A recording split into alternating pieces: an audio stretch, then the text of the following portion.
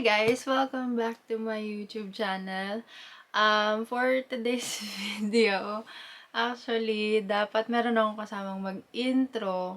Pero, nung nag-edit ako ng video na to, nabura ko yung first few clips ng vlog na to.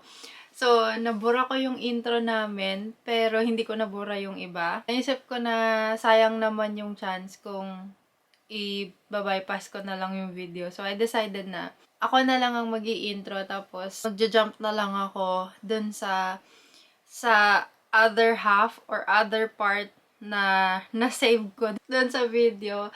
So, actually, may kasama ako ngayon, and for this video, we're going to do the teen versus mom.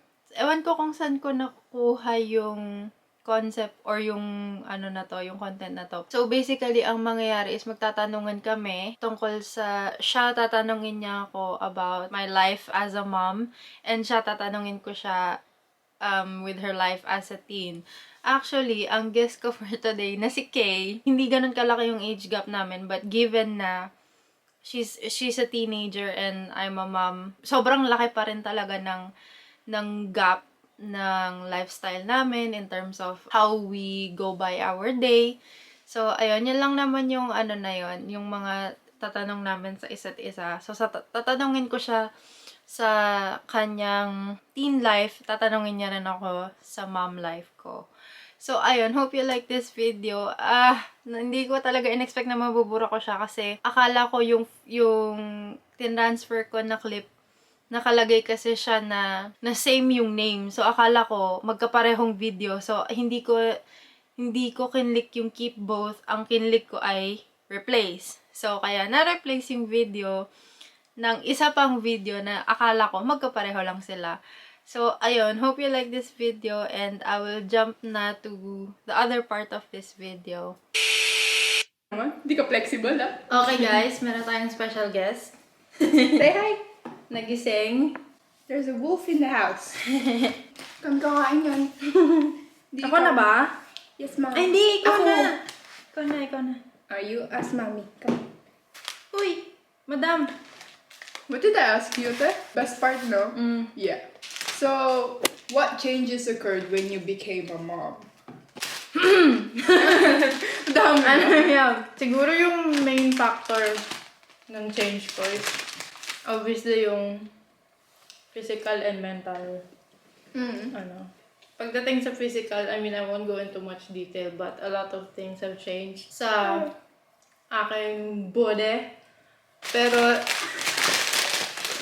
Pero yung sa mental, ano ko, meron kasi silang kasabihan na at first hindi rin ako naniniwala, pero nung experience ko siya, naniwala na ako na totoo pala talaga na you can be so childish, but once the baby comes out, your mind changes. It just turns 180. Ayun, siguro yung pinaka-main na ano sa akin na nag-change is yung pagiging emotionally stable ko. Yeah. Yung pagiging childish ko. Hindi naman siya completely nawala. Pero ano, nagsasubside na siya kahit papano. Yung hindi na ako yung parang, especially when I'm PMSing. Okay, but that's a whole nother story. I try to control myself and maintain That's good. my cool. My cool. Shout out po sa mga taong nagtsatsaga sa akin pag may toyo ako. I love you all. Dilibre ko na lang po kayo pag mayaman na ako. Next question for Kaye. This is interesting. What would you say to your 12-year-old self? 12-year-old? Ew. So she's officially years old right now. Yeah. But she's still a teen. Yeah. But she's Wait lang. 12 years old. I was transitioning. Year 7 to 8 yun eh. Yeah. And you're transitioning from a child to a teen. Ano, teen. 12 years old. Before, no, nag-graduate ako ng primary, I went home to Philippines kasi. And then I remember how scared I was entering high school. I didn't know why, but I was so scared entering high school. So, if I could talk to my 12 years old self, I'd say na, don't be scared kasi you'll meet a lot of people on the way where you are now. And don't take it too seriously naman. Kasi life doesn't take you seriously. So, ganun lang naman. And yung problema mo nung 12 years old ka does not compare you to your problems now. Kaya, oh my gosh. Tatawanan mo lang yan. Yeah. If I could talk to myself when I was 12, I'd say na, huwag kang matakot. Chill lang. And just chill ka lang kasi bata ka pa naman and you have a lot of things ahead of you, a lot of God's plan ahead of you, you know. So yeah. You ask mama na. So, despite of you taking care like Gigi, sige, abulin mo. Despite of you always taking care of this little one, how do you find a me time during your day or Oh like? my God. Ano ba? Paano ba? Kasi ako, I'm not always very organized. When it comes to parenting, I follow her more than she follows me. I mean, I learn her pattern, yung nap times niya, yung eating times niya. Yung parang ina-observe ko siya and then doon ako nag-base sa kung anong, gantong oras inaantok siya, gantong oras nagugutom siya. So, from there, doon ako gagawa ng pattern na the whole day, okay, ganito yung plano. But it doesn't always come to plan. Let's say, gusto ko ng me time, ganyan. Pag gising siya, I keep her as distracted as possible. Yung, kung nasa walker siya, kung nasa bouncer siya, whatsoever, naglalaro siya. And I try to do things, all of them, in one go. Kasi if you don't, you will miss a lot of chances na, dapat pala nagawa ko to, dapat pala ganyan. True. You will start to appreciate all the single moments and the seconds of your life once you have a baby. Kasi even 1 second can already do so much without you noticing it, without realizing it. Especially yung kapag, kunwari, gising siya for, let's say, 5 minutes, ganyan, distracted siya for 5 minutes. I could have done so much in 5 minutes. But minsan, sa katamaran ko, I play on my phone. I do stuff that I shouldn't be doing. That's true. But in the span of 5 minutes, how many things could you have done? I could have done the washing, I could have done the laundry, I could have washed the dishes, whatsoever. And then yung pagkatapos nun, once na parang naglalay, nag-inaantok na siya, ganyan, that's when I try to switch things down na. Yung nagwa-wind down na siya to nap atmosphere, yung na yung ilaw, ganyan. Tapos, pag tulog na siya, yun yung me time ko. So, okay. Gagawin ko lahat ng kailangan kong gawin habang gising siya para pag tulog niya, doon ako makakapag May sarili ka ng oras. na yung mismong hawak ko yung oras ko na okay, nagawa ko na to. Nina? Next question. Para sa ating dalawa to. Ano yun? I mean, did you see me any differently since I became a mom? Differently compared to Like dati? Did you see me as any different, like as an ate or as a friend? Okay. Come in. Ano sinasagot mo? Did I see you any differently? Of course not naman. I mean, in what way? Anyway. In any way. One way or another. No, kasi everyone knows naman that you got pregnant. But I never saw you as any different from the ate that I knew dati. Kasi you were always, I could always still go to you even though you were pregnant, busy with this kid, even though na you kept on craving for everything. Sige But lang, that's okay. ilaglag mo ako. Ilaglag mo ako. But yeah. No, never actually. Kasi I could still run to you, you know. You were still my ate. You are still my ate even though you're a mom now. It doesn't even feel like you're a mom kasi it feels like this is your sibling. Okay. Ala ka. Hindi yan YouTube po. Mamam siya to. Next question. You're so cute. How did you feel when you found out that you were pregnant?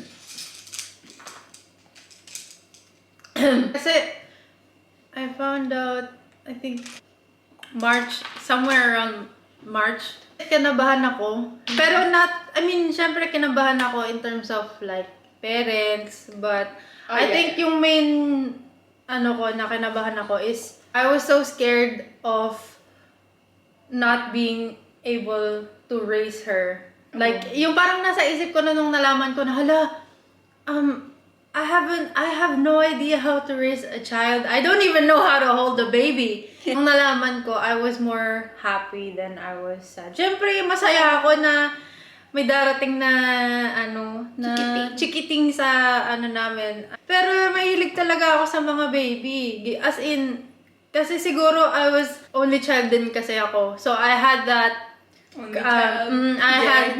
I had that longing for a Yeah. sibling, even for a younger brother or a sister, or even a kuya or an ate. I never had that feeling, except syempre yung mga kapatid ko, yung mga anak ni daddy, which is I'm very grateful for them. But yung nandito talaga na as in araw-araw kong nakikita, ganyan. Oh, nakakausap ko pa, mga ganon. So I was scared, but mas masaya ako nung nalaman ko yun. Siguro kaya din ako umiyak ng malala nun. Kasi talagang umiyak talaga ako nun. Like, I fell onto my knees kasi I was so happy. Ano ba? Siya hindi siya happy. Okay, next question.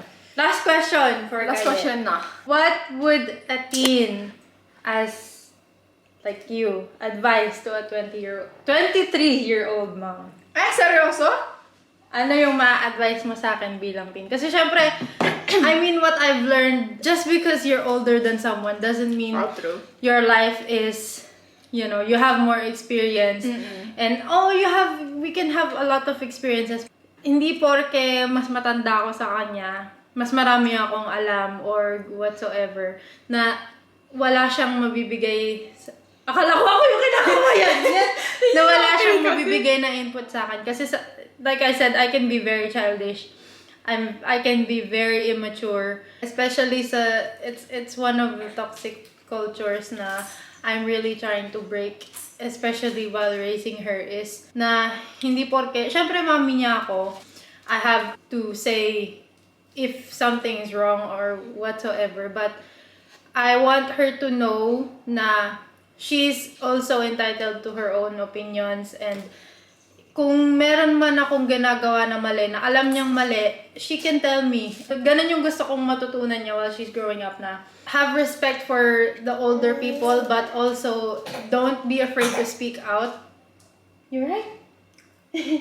Don't be afraid to speak out kasi sometimes the older people learn from the younger people. I learn from her, she learns from me. It's a win-win situation. So, what would you Mahirap din kasi, say to me? just you saying that, just to add on what you said, mahirap din kasi for us na, wow, ako lang. Yung mga bata, nahihirapan sila mag-open up sa mga magulang nila minsan. Kasi nga, they feel judged. Kasi, you said toxic culture. Ito mga pizza.